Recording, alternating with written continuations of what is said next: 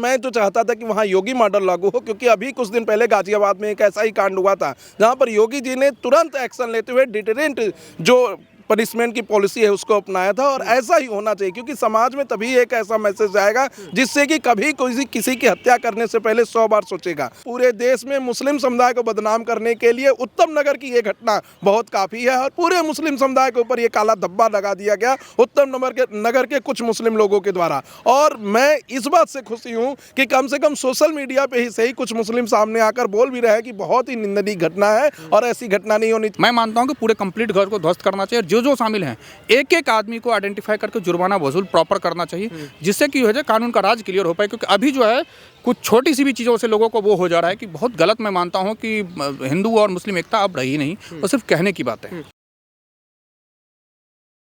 Sir क्या कहेंगे, जो तरुण का आपने देखा होगा जिस तरीके से उसकी हत्या की गई, उसके बाद परिवार की मांग थी भाई जल्द से जल्द न्याय मिले। देखिए, बहुत ही निंदनीय मामला था कि एक छोटे से जल के छींटे की वजह से किसी को जान से मार दिया जाए। और मैं तो चाहता था कि वहाँ योगी मॉडल लागू हो, क्योंकि अभी कुछ दिन पहले गाजियाबाद में एक ऐसा ही कांड हुआ था जहाँ पर योगी जी ने तुरंत एक्शन लेते हुए डिटरेंट जो पनिशमेंट की पॉलिसी है उसको अपनाया था। और ऐसा ही होना चाहिए, क्योंकि समाज में तभी एक ऐसा मैसेज आएगा जिससे कि कभी कोई किसी क्या करने से पहले 100 बार सोचेगा।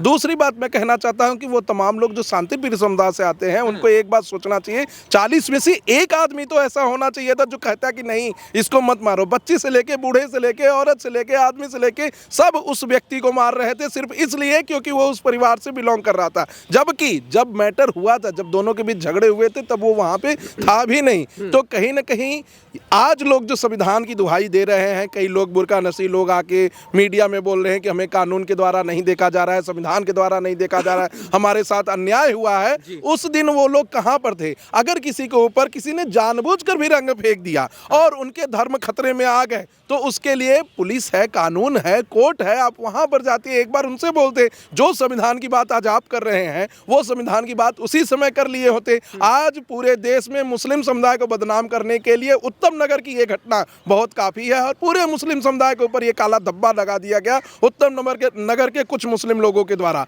और मैं इस बात से खुशी हूं कि कम से कम सोशल मीडिया पे ही सही कुछ मुस्लिम सामने आकर बोल भी रहे हैं कि बहुत ही निंदनीय घटना है और ऐसी घटना नहीं होनी चाहिए। लेकिन तमाम वो लोग जो दलित समाज के ठेकेदार हैं, जो मुसलमान समाज के ठेकेदार हैं, आज वो कहां पर हैं? कहां पर है चंद्रशेखर रावण? कहां पे हैं असदुद्दीन ओवैसी?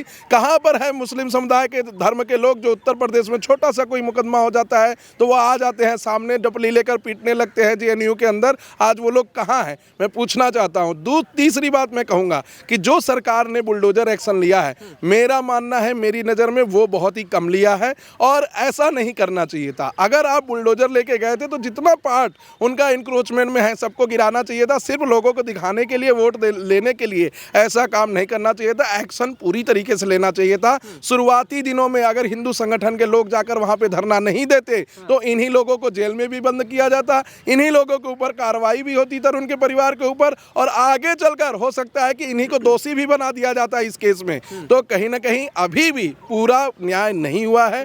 न्याय कोर्ट के माध्यम से होना चाहिए, किसी को कानून अपने हाथ में नहीं लेना चाहिए। लेकिन जरूरी है कि ऐसे मामले में त्वरित एक्शन हो।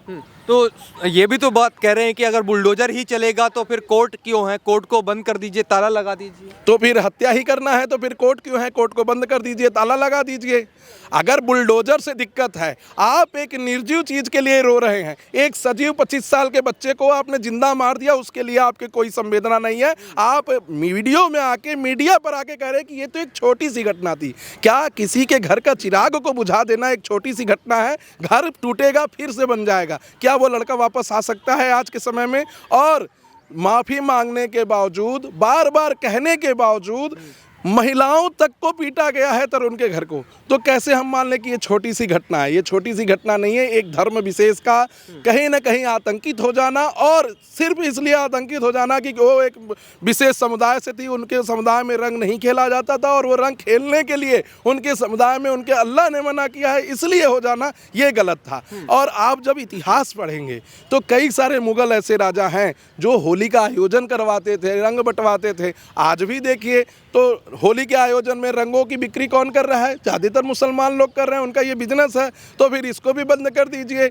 आप ऐसे तमाम लोगों से, हिंदू लोगों को अपने सामान को मत बेचिए, वो भी आपके खिलाफ है। लेकिन ऐसा नहीं, तो दोहरी राजनीति यहाँ पे हो रही है, ऐसा नहीं होना चाहिए। सर आपको भी लगता है जिस तरीके से परिवार कह रहा था कि योगी मॉडल दिल्ली में लागू होना चाहिए? बिल्कुल बिल्कुल लागू होना चाहिए और बहुत जल्दी दिल्ली में कानून का जो है ना डेटरेंट इफेक्ट जब तक नहीं जाएगा, जैसा कि हमारे साथी अधिवक्ता विशाल जी बोल रहे थे, तब तक जो है कानून ठीक नहीं होगा। क्योंकि देखिए, अगर आप किसी एक छोटी सी बच्ची जिसकी कोई गलती भी नहीं है, बच्ची मतलब 6 साल की बच्ची, उसके एक रंग फेंकने से अगर आपका दिन खतरे में आ जा रहा है, तो फिर अब आपको सोचने की बात है। क्योंकि अगर आप 40-50 लोग की पूरी भीड़ आकर के उस लड़के को, तरुण को मार दिए पूरी बार्बरिक तरीके से, तो बहुत गलत है। और मैं मानता हूँ कि जो सौहार्द की बात कर रहे हैं वो बहुत नहीं है, भाईचारा अब रहा नहीं चीज़ों को। सरकार को चाहिए कि तुरंत इमीडिएटली सबको अरेस्ट करें और उनके जो घर जो बचे हुए हैं, अब चूँकि सरकार दिल्ली हाईकोर्ट का स्टे हो गया कि भाई आप 7 दिन तक आप नहीं तोड़ सकते, लेकिन इसमें जितने बनाए थे उसको तोड़ जाना चाहिए और उस पर जुर्माना लगाया जाना चाहिए। और साथ ही साथ जितनी मैक्सिमम उनको जो सज़ा हो सकती है वो कानून के तहत उनको दिया जाना चाहिए।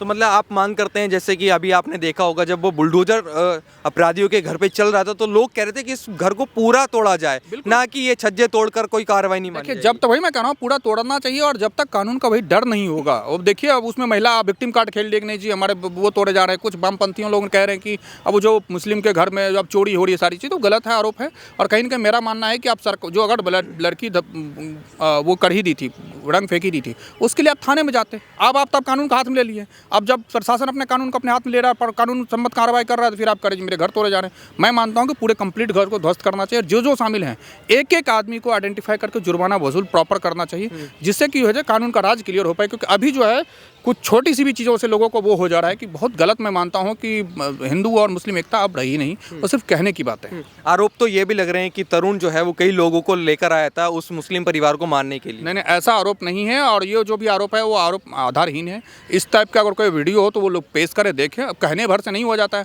अब तो वो कुछ भी कहेंगे कि कारण क्या है, उनको पता है कौन। अब ये सिर्फ नैरेटिव सेट कर रहे हैं, समझिए। उसमें जैसे राइट विंग होते हैं वैसे लेफ्ट विंग होते हैं। लेफ्ट विंग की तरफ से अब नैरेटिव सेट हो रहा है कि नहीं जी, तरुण आ रहा है, अपने चूंकि जिम में था, जिम के सारे लोगों से लेके आया, तो ये गलत मैं मानता हूँ। तरुण का पूरे प्रकरण का रोल ही नहीं था। तरुण को तो ज़बरदस्ती मारा गया और उस वीडियो को देखेंगे तो बहुत बाबरी तरीके से उसके पूरे हैंड को सब खून धब्बे लगे हुए हैं। मैं मानता हूं कि तरुण को बहुत ही अन्याय और बहुत ही दुर्दांत तरीके से उन्होंने मारा है। और मैं मानता हूं कि अब हिंदुओं को भी जगना चाहिए, क्योंकि आप देख लीजिए कि आपके आसपास के कौन क्या हैं, कैसे हैं, किस तरीके से हैं और किस तरीके से। दलित समाज के लोग ये बात भी कह रहे हैं कि भीम आर्मी कहाँ है। आज कई सारे लोग सवाल खड़े कर रहे हैं। भीम आर्मी कहीं नहीं है, क्योंकि अगर लड़का देखेंगे तो वैसे बात बताया जा रहा है कि दलित है, तरुण खटी जाति से थे।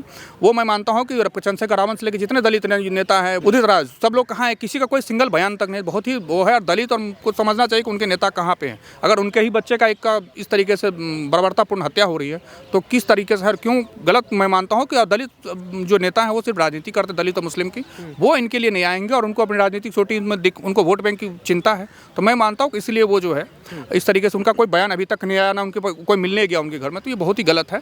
सरकार को चाहिए, दिल्ली सरकार को चाहिए, रेखा गुप्ता को चाहिए कि इस पर कड़ी से कड़ी कार्रवाई हो, जितने लोग आइडेंटिफाई करें। पुलिस थोड़ी सी लापरवाही कर रही है बचाने का, किस प्रेशर में पुलिस है वो मुझे पता नहीं, लेकिन कहीं ना कहीं पुलिस को भी एक निष्पक्ष हो करके और सब कुछ को एक आदमी को आइडेंटिफाई करके उस पर जो है NBW इशू करवा करके एक आदमी को अरेस्ट करें और उसको सलाखों के नीचे दो और बेल ना हो पाए, इसकी पूरी कोशिश की।